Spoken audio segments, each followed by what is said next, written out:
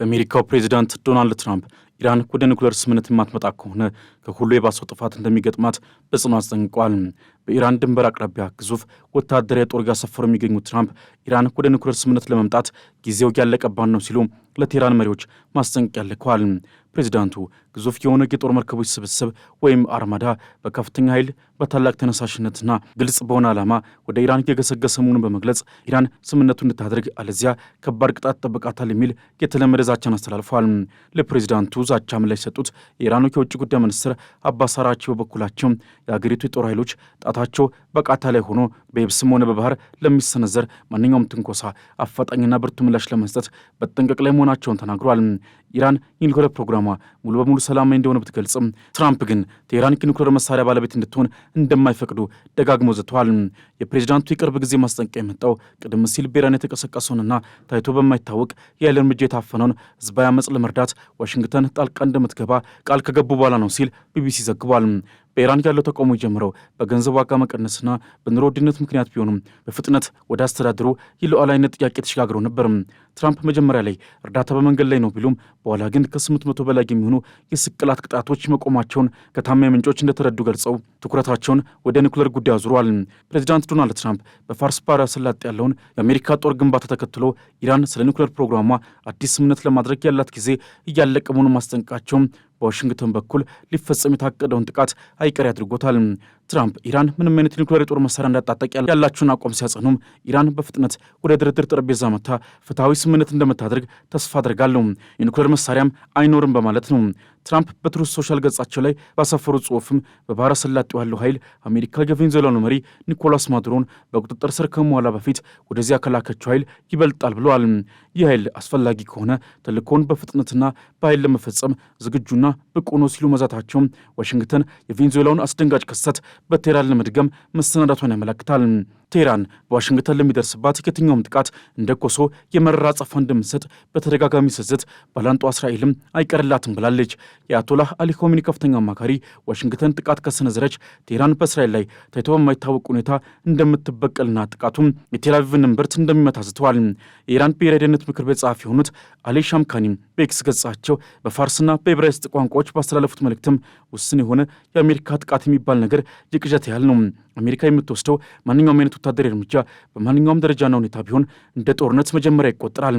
ምላሹም አፋጣኝ፣ ሁሉን አቀፍና ታይቶ በማይታወቅ ሁኔታ በጠላት ላይ በቴል አቪቭ እምብርትና ጠላትን በሚደግፉ አካላት ሁሉ ላይ ያነጣጠረ ይሆናል ሲሉ ማስጠንቀቃቸው የቀጠናው ደህንነት በአንድ ቃታ ላይ የተንጠለጠለ መሆኑን በጉልህ አሳይቷል። በአሜሪካ የሚገኘው የሰብአዊ መብት ተሟጋቾች የዜና ወኪል የሆነው ህራና እንደገለጸው አመፁ ከተጀመረበት ከታህሳስ ወር መጨረሻ ጀምሮ 5925 ተቃዋሚዎችን ጨምሮ በአጠቃላይ የ6301 ሰዎች ሞት በይፋ ተረጋግጧል። በተጨማሪም የኢንተርኔት መቋረጥ ቢኖርም ሌላ 17000 የሚጠጉ ሞቶች በመጣራት ላይ መሆናቸውን ገልጿል። የኖርዌው የኢራን ሰብአዊ ድርጅት ደግሞ አጠቃላይ ገሞቾች ቁጥር ከ25000 በላይ ሊሻገር እንደሚችል ስጋቱን ገልጿል። በኢራን የተቀሰቀሰ ውስጣዊ አመፅ 31ዱንም ግዛት እያነደደ ለሳምንት መዝለቁ ጥቃት ለመፈጸም ለወትሮም በቋፍ ላይ ለነበረችው አሜሪካ የልብ ልብ ሰጥቷል። ባሳለፍነው ሰኔ ወር ዋሽንግተን ቴህራን ከቴል አቪቭ ጋር የገባችበትን የ12 ቀናት ጦርነት ሰበብ በማድረግ የኢራን የኒውክሌር ተቋማት መደብደባ የሚታወስ ሲሆን ከዚያም በኋላ ኢራንን ለማጥቃት በተደጋጋሚ ስትዝት ቆይታለች። ዶናልድ ትራምፕም ባሳለፍነው ሰኔ ወር አሜሪካ በኢራን የኒውክሌር ተቋማት ላይ የሰነዘረችውን ጥቃት በመጥቀስ የሚቀጥለው ጥቃት እጅግ የከፋ ይሆናል፣ ይህ ዳግም እንዲከሰት አታድርጉ ሲሉ አስጠንቅቋል። የሳተላይት ምስሎችና የስለላ መረጃዎች እንደሚያረጋግጡትም የአሜሪካው ግዙፍ የአውሮፕላን ተሸካሚ መርከብ ዩኤስኤስ አብርሃም ሊንከን ከመላው አጃቢ መርከቦቹ ጋር በመካከለኛው ምስራቅ ውሃዎች ላይ ደርሷል። በዮርዳኖስ በሚገኘው የሙዋፋቅ ሳልቲ አየር ኃይል ካምፕ ላይ ቢያንስ 15 አዳዲስ ተዋጊ ጀቶች ማረፋቸውን ቢቢሲ አረጋግጧል። በኳታር የሚገኘው ግዙፉ የአል ኡደይድ የጦር ሰፈር ደግሞ አዳዲስ የሚሳኤል መከላከያ ጋሻዎችን እንዲታጠቅም ተደርጓል። በህንድ ውቅያኖስ ላይ በምትገኘው ዲየጎ ጋርሺያ ደሴት ላይ የሚታየው የጭነት አውሮፕላኖችና የነዳጅ መሙያ ጀቶች ንቅናቄ አሜሪካ ለረጅም ጊዜ ለሚዘልቅና ሁሉን አቀፍ ለሆነ ጦርነት ራሷን እያዘጋጀች መሆኑን ያረጋግጣል። የፒኤት ፒሶዶን የስለላ አውሮፕላኖች በኢራን አየር ክልል አቅራቢያ ያዣበው መገኘታቸውም የአውሬው አይኖች በቴህራን መሪዎች ላይ ማረፋቸውን ያሳያል። አሜሪካ ሚርናይት ሐመር በተባለው በዚሁ የ12 ቀናት ጦርነት ዘመቻዋ የፎርዶ፣ ናታንዝና እስፋሃን የኒውክሌር ተቋማትን በደበደበችበት ወቅትም የቴህራንን የኒውክሌር ህልም ለዓመታት ወደኋላ እንደገፋቸው ተነግረው ነበር። ነገር ግን ቴህራን ዛሬም 441 ኪሎ ግራም የሚጠጋና እስከ 60 በመቶ የነጠረ ዩራኒየም በእጇ መያዟ ቢያንስ ለ10 የኒኩሌር ቦምቦች የሚበቃ መሳሪያ እንዳላት ያረጋግጣል። ትራምፕ ዳግም ለመጀመር ከሞከሩ የሚቀጥለው ጥቃት ከሰኔ ወሩ በብዙ እጥፍ የከፋ ይሆናል በማለት ያስጠነቀቁትን በምክንያት ነው። አሜሪካ የኢራን ኒውክሌር ተቋማት አመድ መሆን አለባቸው የሚል ጽኑ አቋም ሲኖራት፣ ቴህራን ግን ፕሮግራሜ ሰላማዊ ነው በሚለው አቋም ቀጥላለች። ኢራን ግን ለዚህ ሁሉ ዛቻ የሰጠችው ምላሽ ከቃላት በላይ በብረት የታጀበ ነው።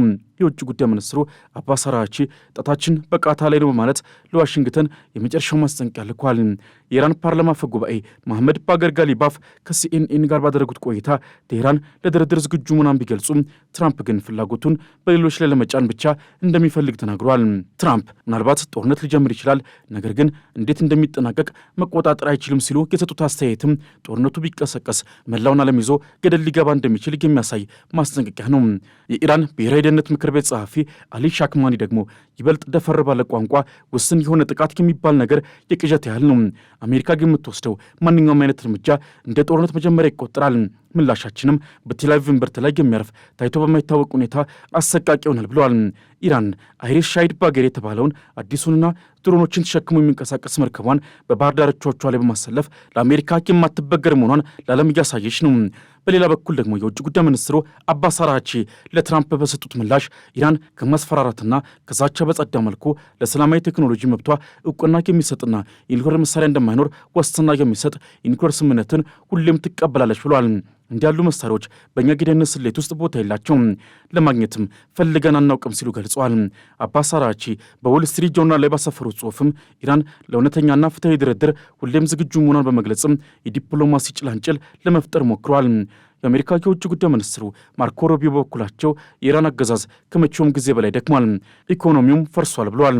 ሩቢዮ አክለውም አሁን ያለው ወታደራዊ ግንባታ አሜሪካ በቀጠናው ያሉ ዜጎቿን ከኢራን ጥቃት ለመከላከል ያላትን ዝግጁነት የሚያሳይ ነው ብለዋል። አሁን ያለው ሁኔታ ግን ከመሬት በታች የሚርገበገብ እሳተ ገሞራ ነው። የአሜሪካ የጦር መርከቦች ወደ መካከለኛው ምስራቅ ሲጠጉ፣ የኢራን ሚሳይሎች ደግሞ ወደ አሜሪካ የጦር ሰፈሮች አቅጣጫቸውን አስተካክለዋል። እያንዳንዱ ቃል፣ እያንዳንዱ ወታደራዊ እንቅስቃሴና እያንዳንዱ የዲፕሎማሲ ሙከራ የዓለምን የኃይል ሚዛን ሊያዛባ ይችላል።